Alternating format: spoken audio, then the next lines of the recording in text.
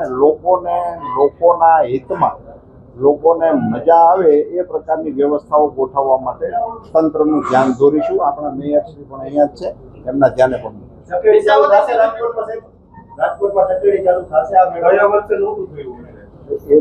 એક એક item wise તો મારા ધ્યાનમાં નથી. આપણે જેમની જે રજૂઆતો હશે એને તંત્ર સાથે એની સાથે વાતચીત કરે અને એમાંથી જે કોઈ ઉકેલ આવતો હોય તે દિશામાં પ્રયાસ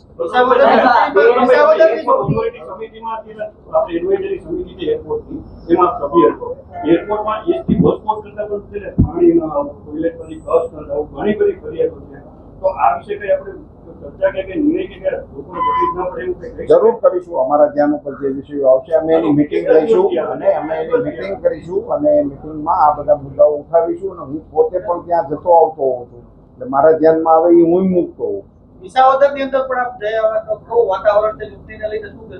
ભારતીય જનતા પાર્ટી નિશ્ચિતપણે જીતી જશે. શિક્ષણ વિભાગને લઈને ટકોર કરી છે કે જે આ તો ઔપચારિક જે જર્જરિત ઇમારતો હોય છે એનું જે શિક્ષણ વિભાગ છે તે કંઈક નિર્ણય લે અને આ પ્રકારની ફરિયાદો ન આવે ને આજે શિક્ષણ વિભાગને લઈને મુખ્યમંત્રીએ ટકોર કરી છે. ખાસ કરીને આને લઈને ના, મુખ્યમંત્રીશ્રીએ જે ટકોર કરી છે એ તો એક અલગ વિષય સાથે ટેટ અને એમની સાથે લઈ અને એમની વાત હતી, પણ એ સવાલ જવાબનો વિષય નથી. પણ આપે જે કહ્યું કે જર્જરિત ઇમારતો હોય તો જરૂર એનો સર્વે થઈ અને એને પછી વરસાદની સિઝન દરમિયાન એમાંથી કોઈ જાનહાની ન થાય એ માટેની તકેદારી તંત્રએ લેવી છે.